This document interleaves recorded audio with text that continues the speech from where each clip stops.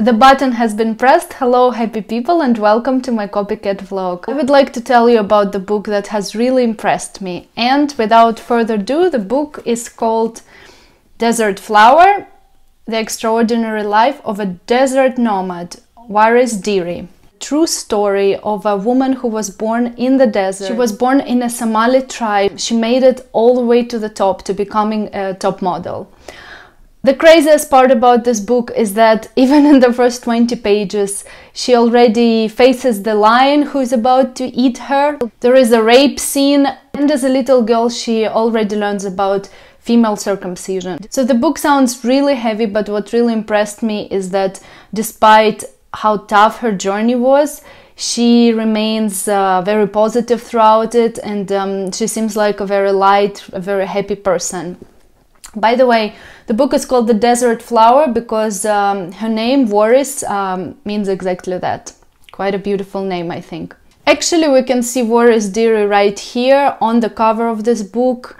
What a gorgeous woman. Throughout the book, we can see her photos. Just wow, look at that. Really amazing. A fun fact is that the book was picked up by Elton John. He loved it so much that he recommended it to everyone, and later the book was turned into a movie. I checked out the movie as well, and to be very honest, I wasn't impressed. They made a lot of changes. The movie is mainly focusing not on Waris's journey in Somalia, but actually on her journey in the UK. We're always looking for new faces. Take my card, please. Terry Donaldson, the fashion photographer? So how much you pay to take my picture? I'm usually the one who gets paid for the picture. Why do we want to be a model? Being model is better than being cleaning lady. Can you walk? Yes, I walk a long way to Mogadishu. And in the UK she meets a lot of Somali people, but in the movie these people become British. I understand that Somalia is not a country that you can enter right now, but you can still film in countries like Ethiopia, and I understand that making the whole movie in English is way easier than actually writing translations every time they speak Somali.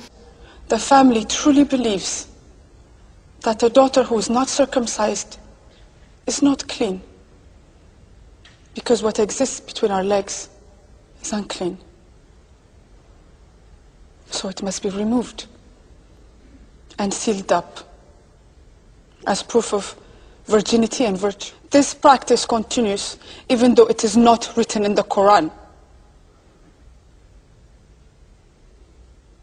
It is accepted that as a result of this mutilation, women are sick mentally and physically for the rest of their lives. But somehow throughout the movie I kept thinking that the authenticity of the story that I read in this book is truly missing. I'm speaking like a person who always loves the books over the movies, and especially if I read the book first, it's obviously the case. But still I'm convinced, yes, the book is way better. You should really read the book because it's a true page turner. The amount of storytelling, like every other story, is just crazy. You read it and you think, how on earth is that possible?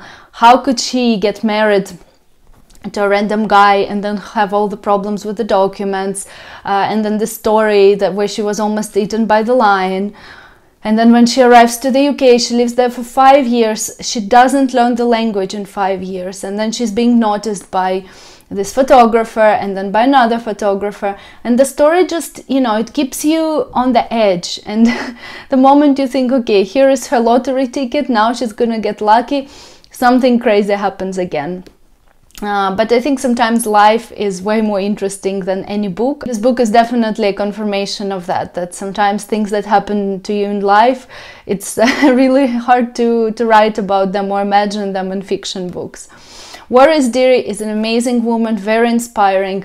I was meant to make this blog back on 8th of March on Women's International Day. Then I procrastinated, but hey, I think every day should be a Women's Day, and we should know more about inspiring women like her. She's currently the UN ambassador, and she tries to stop female genital mutilation around the world. So people who tell me that we don't need feminism, I think you should also read this book and understand that in the 21st century, now, every day somewhere, girls all over the world still have to be circumcised. And I was impressed with Warris's tone, how she talks about it. It was obviously a very traumatic thing for her to happen. Nevertheless, like, she still doesn't hate the world. Like, through reading this book, I felt like she's such a positive person who's just trying to make some good changes in this world. And I really, really appreciate like this good energy that comes from this book. There is a part about modeling which I also thought was quite fascinating to read about. Warris Deary even meets Naomi Campbell back in the day when Naomi Campbell wasn't famous. And the whole industry is just completely new to her. She can't believe that she can get paid for her pictures being taken. At first she's very suspicious, and honestly the scenes about modeling, a lot of them were very humorous. Because she had like to fake her documents, she still couldn't stay in the UK legally. But what really inspires me about Warris is her drive as a person, her unstoppable energy. Like, first she had to escape from Somalia when the price for her was 5 camels, and she had to marry some old man. So she ran away first from her family to Mogadishu. Then in Mogadishu she started working as a maid for one of her relatives' family, and then even that wasn't enough for her. She kept going, and she really felt like out there might be a brighter future. And I think the story really resonates with me because I'm also an immigrant. I lived in different countries, and sometimes it's a very scary thing to move to a new country, to the unknown. When she came to London, she didn't know the language. There is a humorous scene how she arrives.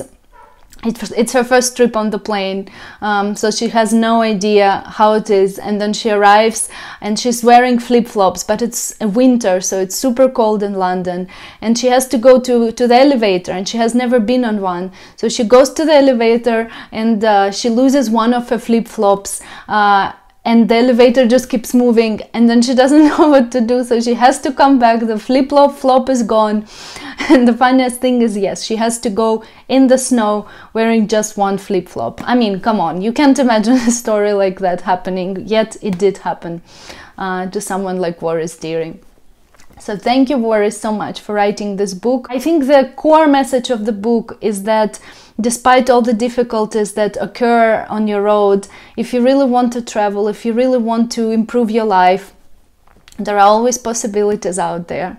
Thank you for watching this vlog. I hope you enjoyed. I hope you will read this amazing book and subscribe to my vlog. I will make more vlogs about books and a lot of other different topics, so stay tuned. Your Copycat.